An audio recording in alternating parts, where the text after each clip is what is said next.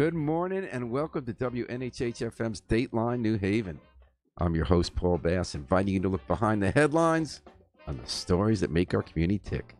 Linda Nicolai makes New Haven tick as a professor in the Department of Epidemiology of Microbial Diseases at the Yale School of Public Health. She added her voice in Hartford last week as lawmakers are deciding whether to remove a religious exemption for children getting vaccinated in Connecticut. She's here in the WNHA studio to fill us on that and more. Thanks for joining us today. Thank you for having me. So do we call you Dr. Nicolai or do we call you Linda? You can call me Linda. All right. Well, welcome to the program, and thanks to Yale New Haven Hospital for providing support for today's program. So, boy, what an experience you must have had last week. A 22-hour public hearing in the State General Assembly, in that Capitol, which always feels like going to Disneyland. Right. Because you go in that building in Hartford's a little beat, right? And it's like this domed, gilded fairyland of people with these legislators from all over the state who are sort of in their own little world there, cloistered, and arguing about issues that when we go up there from the outside, we kind of feel like they're in their own universe about, but in any case, it has a lot of impact. So 22 hours people were talking, and you were one of them. Yeah. I was not there for the full 22 hours. I was there for about 8 hours. But first of all, I have to say, I really commend our state legislators. They were there for 22 hours. They came and they went, but it was really... So there was no break in they didn't get to sleep? No, there was no official break in the meeting, but like I said, they can sort of come and go. So they would, come into the meeting and leave the meeting as they needed to. A nap room or something? Eat. Well, I think they needed food, if nothing else. I have not done a lot of testifying up in Hartford myself, but speaking to people up there, the legislators, the staffers, people said they'd never seen anything like it in years and years and years of working up. And I'm going to ask you to get real building. close to that mic, so you're almost touching with your lip. How's that? Yeah, I was just wondering if I'm one of those legislators, after the first 4 hours, haven't I kind of heard it all? Or are you just waiting for that one person who's going to break your heart with the story of the kid who was leaning out the window or something? Well, I mean, they would have to answer that, whether they've heard it all or not. I do think, again, my full credit and respect goes to them. They're really observing the legislative process, which is that anybody who shows up and signs up to testify gets their 3 minutes, and they were not leaving until everyone had their 3 minutes. I think, we've probably never heard it all in this field. There's probably always something more to hear, but whether or not that's the case, I think the important thing is that they really follow the legislative process. So now you were there for 8 hours. How did you sign up to speak in advance? So you show up, I believe the doors open at 8:30 or something like that, or 8 o'clock. People were lining up at 6 o'clock. You show up, you put your name down, and then you wait to be called. The way the hearing goes, the first part of the hearing is reserved for public officials to talk. So for 2.5 hours, staff from the Department of Health spoke, and then they open it up to the public and the legislators. And you get 3 minutes to speak, and then they can ask you questions. So I think I was probably testifying for about 10 or 15 minutes. I have to say, again, I haven't done a lot of this, but never seen anything like it. The passion on both sides of this argument are really quite deep. What's the role of passions in public health decisions? Good, bad, indifferent? Well, I think if your passion is grounded in science, then it's a good thing. So what we really try, and by we, I mean me and my colleagues and the people I've been working on this with, what we really try to bring to this is the science. And it really boils down to how you feel about scientific evidence, whether you believe it, what you believe even constitutes science. It really becomes a question of trust in science and in the experts or not. So grounded in that science, I think people like myself and others bring a lot of passion to that. But it really needs to be passion that is supported by the evidence that vaccines are safe, and that vaccine policies increase coverage with life-saving vaccines and promote health and protect our children and ultimately all of us. So the bill would, in its original form before it was amended, remove a religious exemption. So if your parent says, I don't want my kid vaccinated, you can't send your kid to school. Public school or any school? Any school, public and private. So how many people would that affect right now in Connecticut? So currently in Connecticut, about 7,800 children have religious exemptions to the school entry requirements for vaccines. So as you mentioned, the original legislation, the original bill, those children would have been excluded from school starting in the fall of 2020. That was amended for a grandfather to include a grandfather clause, so children who currently have a religious exemption can continue to go to school, and the law would only apply to incoming students. How do you feel about that? Well, from a public health perspective, not great. So that will be another 12 or 13 years before we get coverage with these vaccines to what it should be.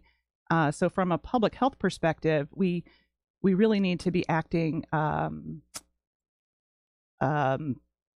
So what percent of the school population is that 7,800? So it's about 2.3 to 2.5%. Now, am I wrong that is the threshold? What's the important threshold that once we pass? Yeah. I'm sorry. You said like with me. I guess it's every disease is different. Every disease is measles, different. If we go below 95% of the school population, then we're in trouble. Correct. And the important thing is that it's not a magic number. It's not that like above 95%, nothing bad will happen, and below 95%, everything bad. It's sort of on a continuum, but 95% is the number that's generally accepted to be the coverage we need to prevent measles epidemics from happening.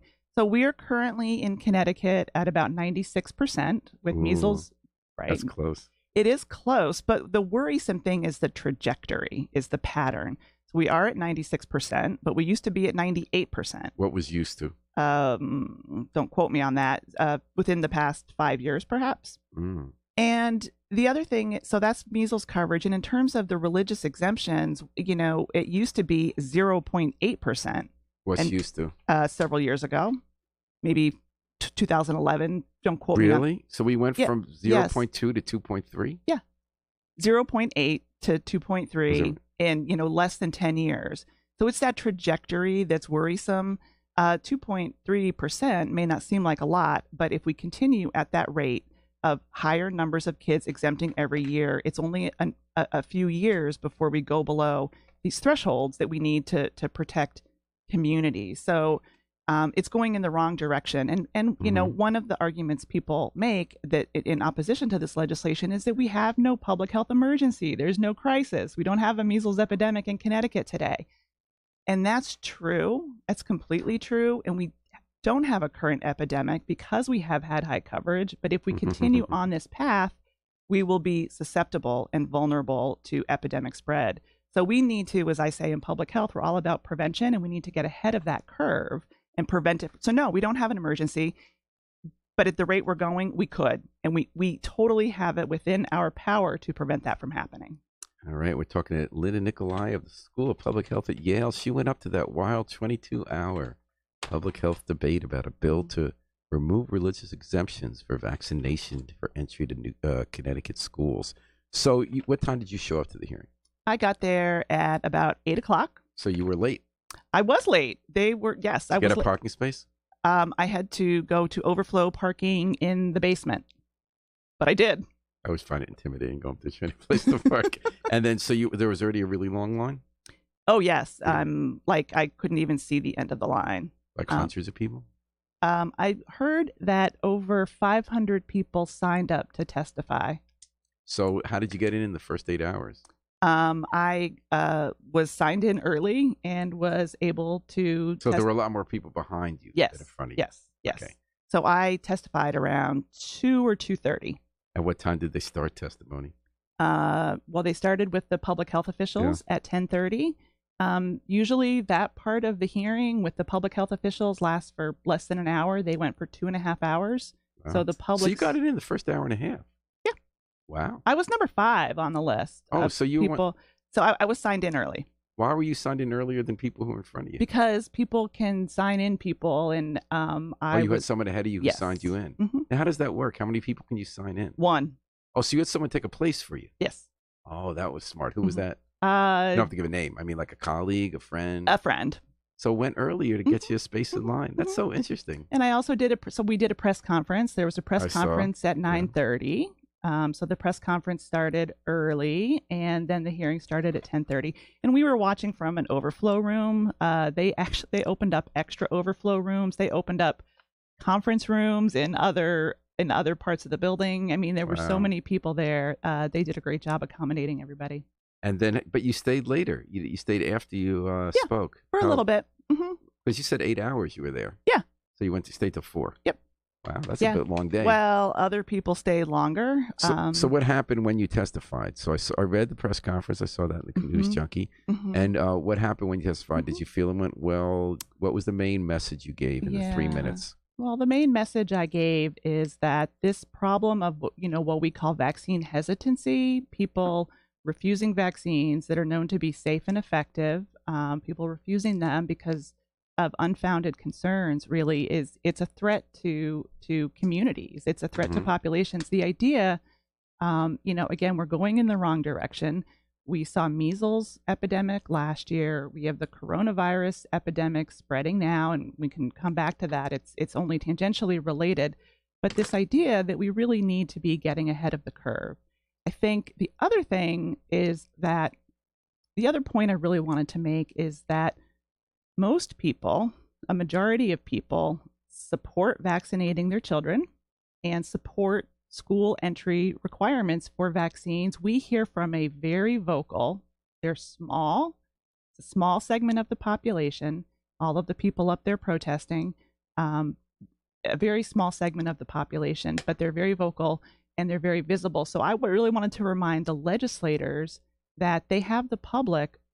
80%, over 80% in national polls have shown over 80% of the population supports immunizing their kid and supports school entry requirements for vaccination. 20% is a lot of people. You can elect a president with 20% of passionate people. You know what I mean? Yeah. You can get schools to write curriculum that like slavery wasn't necessarily bad or that the earth was flat. Right. And democracy really isn't about 50%.1. It's about who shows up, right? Right. And so that's why I'm here today. I feel like, they can be vocal, and I think we can be vocal, and I think we need to be vocal. But to reassure the legislators that that most people support this, I think is really important. I also think it's really important. The other point I wanted to make, again, I come at this as a scientist. And unfortunately, in this debate, the science is often misrepresented. They even had experts. They had doctors who said they saw the kids have these adverse reactions and the science gets it wrong with vaccines. Yeah, well, just because, you are a doctor doesn't mean you're an expert. And I think the thing, so there are, just as in even if like a PhD in languages doesn't make you an expert in viruses. Right. But the other thing is, I think when it comes to, just as I noted with the general public, right, there's a small number of people who were opposed and many people who were not opposed to this legislation. I think when it comes to the science, the important thing to do is to look at the consensus, right? So what happens is people who oppose this legislation, they pick out a one study or one episode, or, it's sort of this cherry picking, if you will, of the scientific evidence. But when you look across the science, when you look at consensus reports, when you look at reviews of the literature, when you look at this way in which many studies are come together, vaccines are safe and they're effective. So this idea of, to be wary of the so-called experts.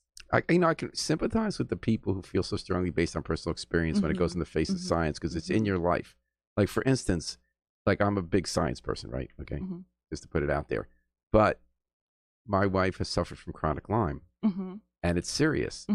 And at Yale New Haven Hospital in Yale, the consensus is there's no such thing as chronic Lyme. So when they get these cases where the symptoms are there for a long time, they just say, because there could not be chronic Lyme, you have to call it something else.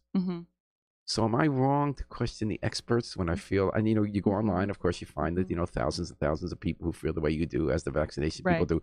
Are we, because I am completely convinced that there is chronic Lyme. But I'm not a scientist. I have no basis to go on this radio show and tell you anything about chronic Lyme or medicine, although my wife does. She's pretty expert in it. But so am I like those vaccine people? Yeah. Well, no, I'm not going to say that. And it's okay. It's okay. You're not supposed to be nice to me because and I don't. Right. I do think that it's tough. I mean, we hear really compelling stories, right? Of in your case, it's a story from your wife, and in this space in which I work, it's people tell really sad stories of what happened to their children after they received a vaccine, and they're heartbreaking. And I don't think they're lying. I think what they're saying is they're telling a story. It's an anecdote. It's this happened to me. But again, if you look across the breadth of scientific evidence, and I'm talking about research, millions of dollars have been spent by different types of researchers, people working in biology, people working in epidemiology, people working around the globe, people funded by the private sector and the public sector. When you look across that body of evidence, you have to make sense of that in a way that that's what science is, right? We study populations and not individual stories. So I'm very sympathetic to the stories and the personal stories. And again, I don't think anybody's making anything up, but those are stories that collectively, a bunch of stories don't make science. Mm-hmm. And I do think we need to really listen to the experts, right? And the mainstream experts. One thing that really struck me at the hearing on last Wednesday was that a lot of the experts in support of this legislation were local. They're from Connecticut. A lot of the experts that testified for people in opposition to this bill came from outside of Connecticut. There were people there from California, from Pennsylvania, from New York, from New Jersey, from Massachusetts. And to me, what that says is to find those expertise, you have to go across the country to find them because they're in the minority. Sometimes the other problem is sometimes the minority ends up being true. Like sometimes science, over time, we miss something. Mm-hmm. The point of being careful in science, we don't rush to judgment based on individual stories, right? We wait for time and sometimes. So do you think Lyme is also left field, this idea that there's chronic Lyme? I'm not an expert in Lyme disease, so I'm going to have to leave that to the experts. And sort of that's like another, and I don't say that to deflect the question. I say that because I truly am not an expert in that. And that's what we need more of is people who aren't experts in things to stop claiming that they are. I can talk about the population-based, the epidemiologic research related to vaccine safety and vaccine impact, and I'm going to stick to my expertise. And tell me about that. Well, then I'll just finish that by saying if I want to understand chronic Lyme disease, I would go to, not everybody can be an expert in everything. Expertise is really defined by how you're trained and how you spend your professional time. And those are the things I'll talk about. And the things I'm not an expert about, I won't talk about. All right. And Thomas Legge says, I am one of the many who support vaccinations. Thanks for listening and weighing in, Thomas. So tell me about the research. Oh, well, there's a lot. The research on safety, on vaccinations. So vaccines are safe and they're effective. I mean, I can be that blunt about it. The challenge that Tell me about the diseases we don't have today that we used to have because of vaccines. Polio. Measles. Well, measles measles was declared eliminated in the year 2000, and it is no longer, we now had, last year we had 1,200 cases of measles, so we see a lot less measles. We see a lot less of almost everything that's vaccine preventable. So what do we get vaccines for now when your kids go to school? So kids get vaccines for polio. They get vaccines against pneumococcal disease, pneumococcal. Never heard of that. Pneumococcal. It's a bacteria that can, measles, mumps, and rubella, chickenpox, hepatitis A, hepatitis B. I could go on. And, one of the arguments people say against vaccines is that we get too many. I think every vaccine we get is a public health success story. Like the more, the better, right? The vaccines are extensively studied for safety in terms of the schedule, that kids aren't getting too many at any one visit. The more we have, the better. So there was a compromise struck. The Public Health Committee listened for those 22 hours and came out saying, we'll support the bill, but only if we grandfather in the 7,800 kids who currently have the exemptions. And you think that's not a good idea because we're already this could take 12 to 13 years to kind of make the system safer. So, from a public health perspective, that is not ideal. Again, we need to be acting swiftly and urgently to prevent the next epidemic from taking hold in Connecticut. So, but I also understand the reality. Well, I sort of understand the reality of legislating these things. And if that was needed to make it more palatable to get the votes to get this out of the Public Health Committee, then I can live with that. I think there's conversations ongoing about other changes that could happen. Like? So for example, would it start in the fall of 2020 or fall of 2021? Some questions are being raised about if we only have medical exemptions, how are medical exemptions determined and reviewed and deemed valid? Like we saw in California, when the state of California eliminated the religious exemption, medical exemptions went up. And the physicians who were signing those medical exemptions were a very small number of physicians. So there was concern that the medical So like exemption, marijuana health scripts that you get from doctors, right? right. So this question of what would be the oversight of kids who truly have medical exemptions, And where does that stand? I think it's being discussed. I mean, this is a very active area. There's also some questions around, well, those are the big ones. Mhm. So it's, I think, still a work in progress. So Yeah. we'll see what the final bill And looks are like. you going to be playing any role in that? In the Ongoing tailoring of the bill? discussions? Only if they ask me. That's not really my job. I think that's the health department will weigh in on that if they ask my opinion, or if they, I've said before, the science is really hard to explain. Like, our science does not fit Like, on. how does a vaccine work? You get a little bit of something at a safe level so that your body builds up the defenses so you don't get the Exactly. difficulties. That's not so hard to explain. No. Yeah, If I can understand it, anybody can. Yeah, you get a little bit of something that triggers an immune response, right? So you develop antibodies to it, so that if you do in the real world get exposed to a virus or bacteria, your body already has the antibodies to fight it off. They're really effective. I mean, we cannot even count the number of lives that have been saved by vaccines. There's just so many. All right. And we're talking to Linda Nicolai on Dateline New Haven, WNHH-FM, your home for community radio at 103.5, live streamed at newhavenindependent.org. We're talking about the state bill to eliminate religious exemptions for vaccines. Now, California's done it. New York's done it. Maine's done it. How many altogether? So those are the 3 states that have passed this bill since 2015.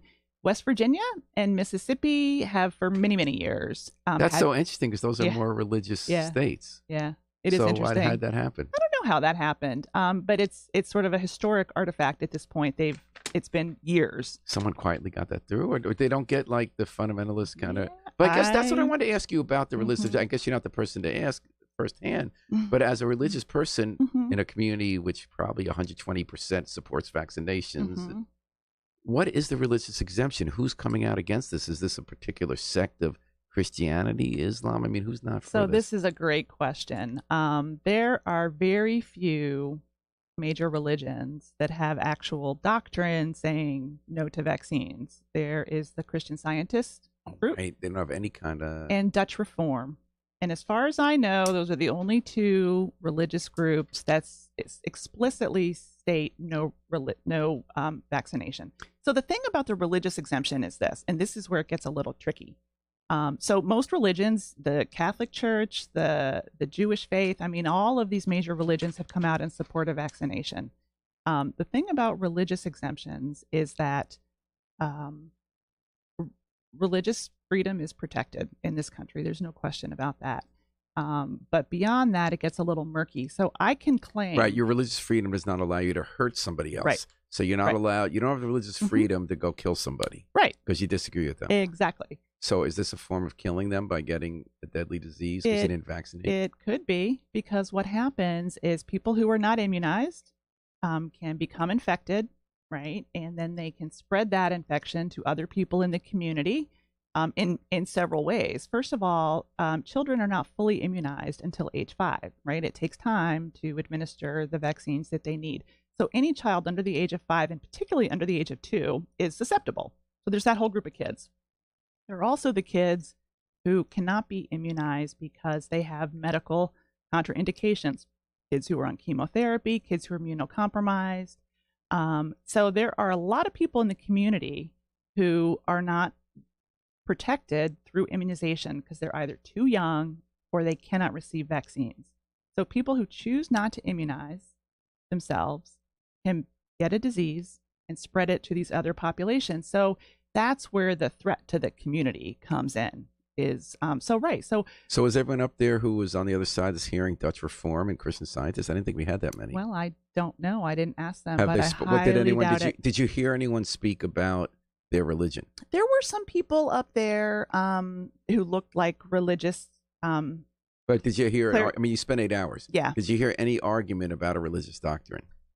No, and here's why. You're looking very puzzled, and I'll explain why. You can, in this country, I can claim that my religion, whatever it may be, I can claim that my religion tells me that I must eat 3 grapes for breakfast.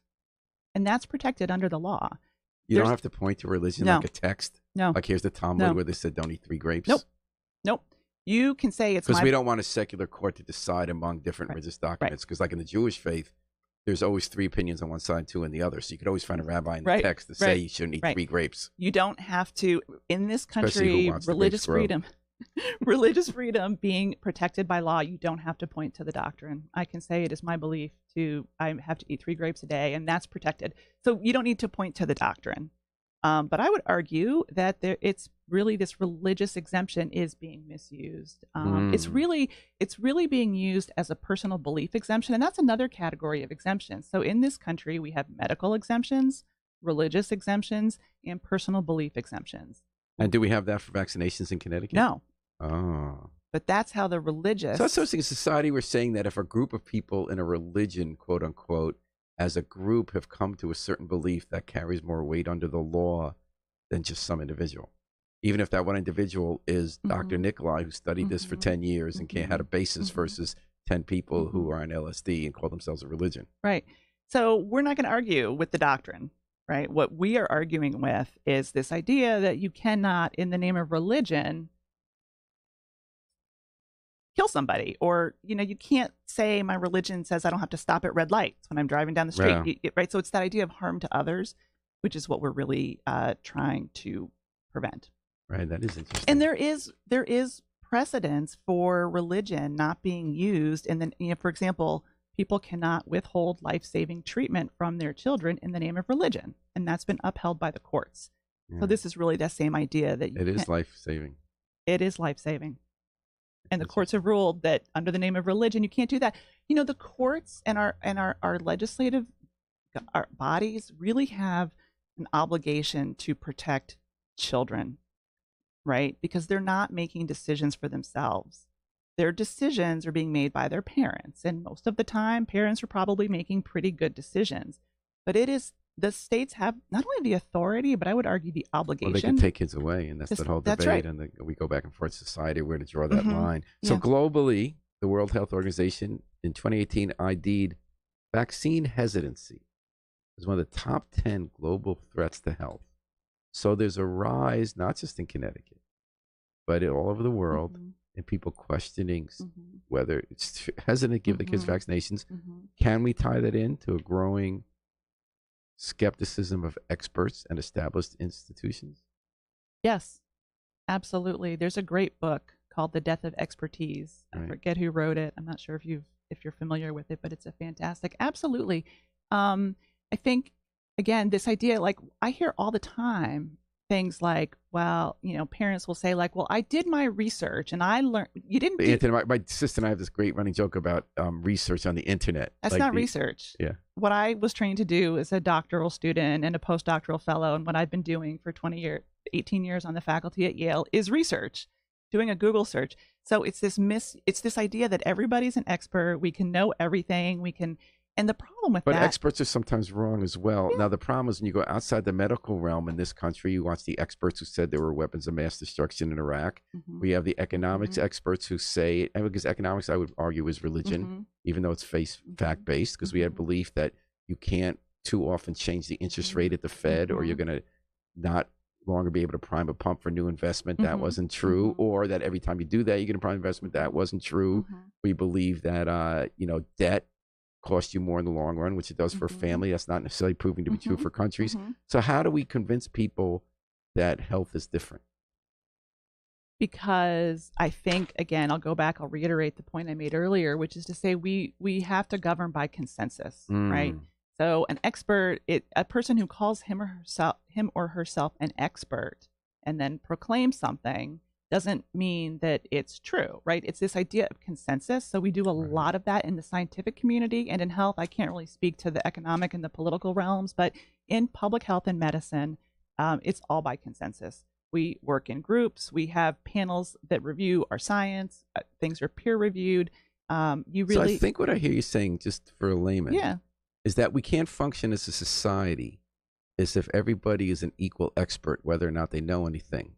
That the way we function as democracy is to have majority rule while protecting the rights of minorities under a set of laws, and that when we want to come to consensus on how we make public health decisions like others, we have to have some benchmark. We have to say there's going to be a consensus of people who have studied this a lot. I think so. There is a revolt against that, as we just mentioned, all over the world. And while a lot of us use the word populist to dismiss it, and a lot of us are scared of it and think it's wrong in most ways, there are reasons it happened. Among them being the things I cited about weapons of mass destruction in this country or globalization. The experts, to a person to this day, you read The Economist, and people like me read The Economist, believe it's religious truth that globalization overall lifts all boats. I mean, the facts are that a huge shift in number of people living in poverty and extreme poverty in this world because of globalization. And yet a majority of people in the world are saying it's not working for us, or at least the effective minorities, the louder voices that have every right to participate in public life, are leading to a very anti-expertise regime. Yeah. So, everything in public health and medicine is likely a moving target. I don't think we would ever say we know for certain that this is true or that is not true. I think that all good science is subject to be upended or revised as we learn more, which is why we never stop working. We keep working. And I think but the fact that we can't predict the future, and then we don't know what we're going to learn tomorrow about the vaccines that are being used today. I think it would be a real disservice to not act today in the face of the best scientific evidence we have that vaccines are safe and effective. If we learn something new tomorrow, we, the scientific community, the government, we will be the first people to let you all know.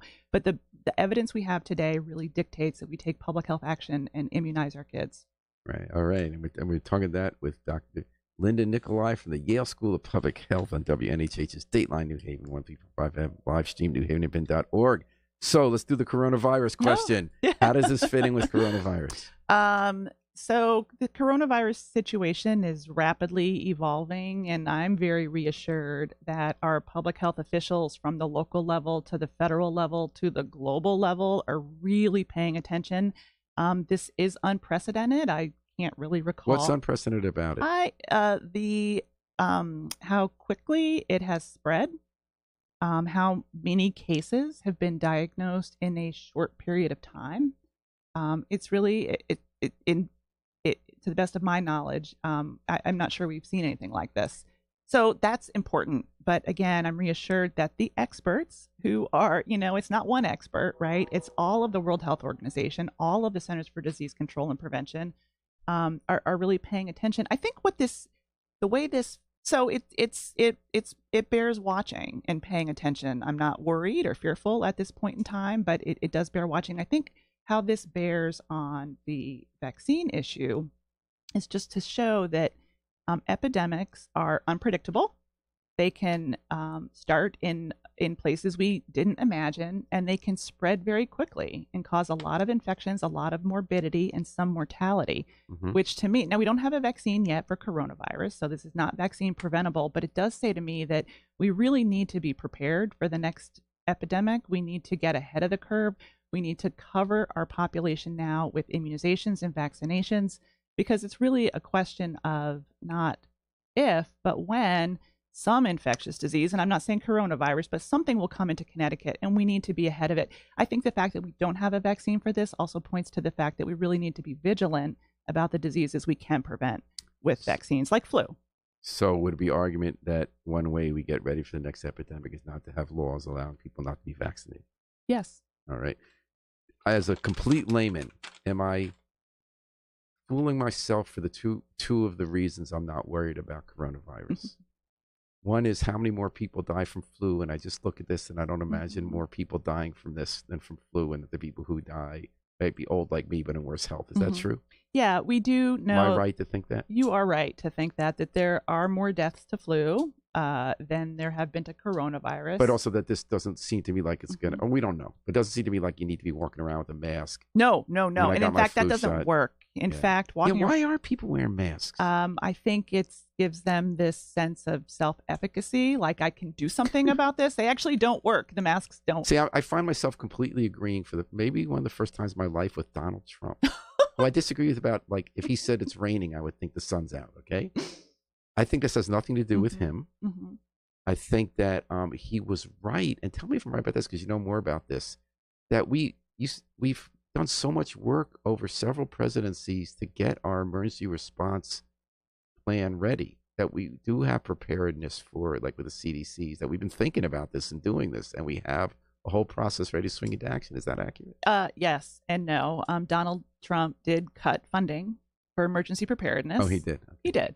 However, I would say that we do have an amazing, our Centers for Disease Control. I've toured the command center down there. I have worked with the people. I really have tremendous faith in them.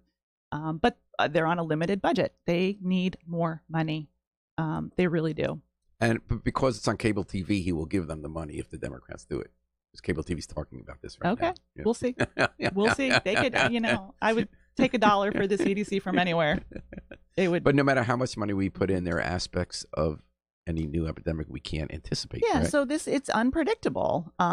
We don't know where it's going. And the news today was around, is it going to come into the U.S. or is it not going to come into the U.S.? And that's sort of the debate that's raging right now. We simply don't know.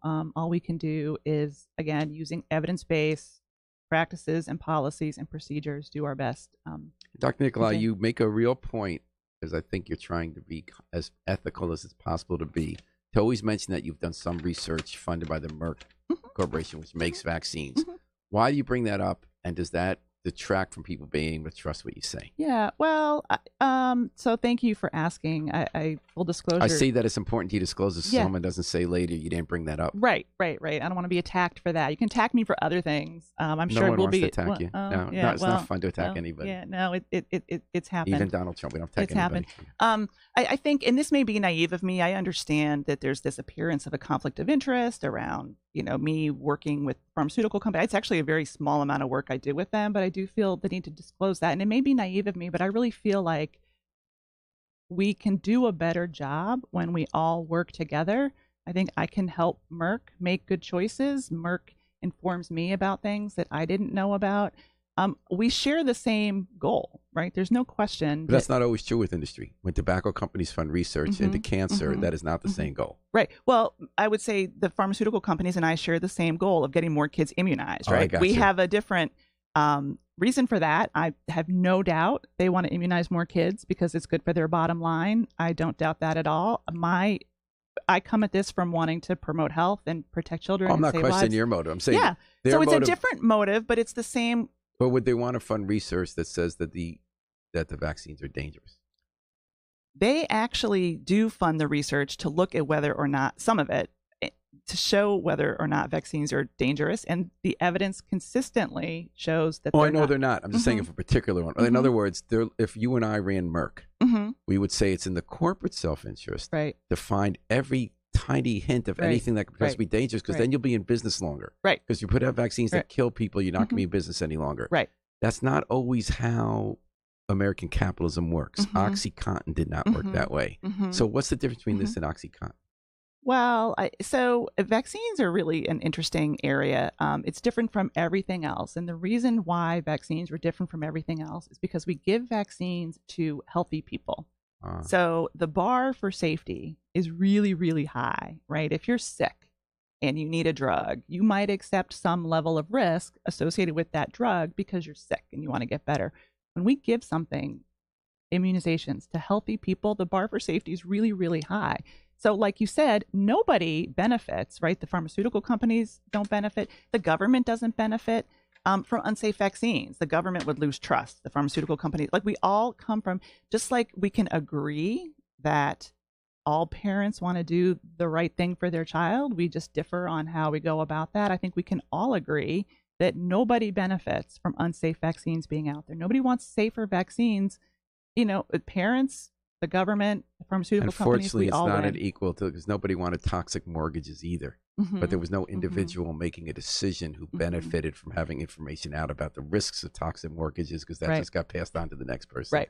But Merck plans to be around. Yeah. Okay.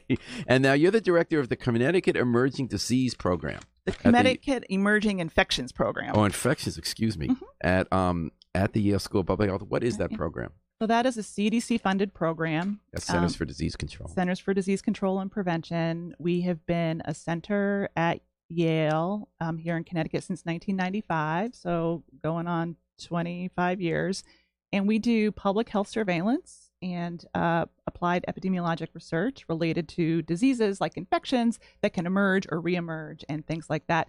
So we do a lot of work around influenza surveillance, foodborne disease, things like that. And again, this is an example of the sort of robustness of the monitoring programs that we have in this country. So we don't specifically monitor for vaccine safety, but we do surveillance. So we would know if new infections were emerging. We would know if vaccines stopped working. We would know if diseases were increasing because vaccination coverage was going down. We do it's the applied public health surveillance that monitors the health of our country so that we can detect and respond to emergent threats. So you're on the front lines of this question. Well, about infectious diseases and how we should deal with them. With that said, sure. What's the study you're working on now? Well, a lot of my work now is focused on the vaccine against human papillomavirus, the HPV vaccine. And if you think, religious requirements is a controversial subject, we can talk about HPV vaccine another day. Hopefully we can. Okay. Hopefully you'll come back. Before you go, I'm going to ask you a question you can't answer because you're not allowed to get political, right? I mean, otherwise I would ask you what you think about Michael Bloomberg who's running for president, who took maybe the biggest public health stand, pro-science of any politician in America as mayor of New York with his tax on sugary drinks. Remember, Rose DeLauro was a big champion of that with the Yale Research for Public Health, and saying that the incentives of taxation make people healthier and they get less diabetes. It worked in New York, but it's highly unpopular among working class voters who are most at risk of diabetes. And he said in the debate 2 nights, the second last debate, I believe, last debate, what works in New York doesn't necessarily going to work politically elsewhere. Basically saying, I can do a science-based public health program in New York, but I can't do it in the country. But it could. I would say that's an empirical question, right? Other places haven't always tried it, and try it today, try it tomorrow. Different things can happen. He's a real advocate for public health. I don't know who I'm going to vote for yet, but I will say he's a real advocate for public health. And maybe more important than whom we vote for, the quest to have science inform our decisions about how to save lives might rest more with people like you, who go to spend 8 hours of hearings at the state capitol and run centers to show that vaccines keep us alive. That's all I ask, is that people listen to the science and judge the quality of the experts who are spouting all kinds of things. And again, to go with the consensus. All right. Well, thanks so much for joining us. I really enjoyed meeting you and learning a lot about vaccines today and infectious disease. Thanks to Yale New Haven Hospital for providing support for today's program. Thanks to today's guest, public health professor Linda Nicolai. And thanks to the miracle man behind the controls, WNHH station manager Harry Droz. We're going to take it out with the Afro-Semitic Experience, performing I Wish I Knew How It Would Feel to Be Free from the group CD, A Plea for Peace. This is Paul Bass inviting you to fly free with us all day and all night at WNHH, New Haven's home for community radio.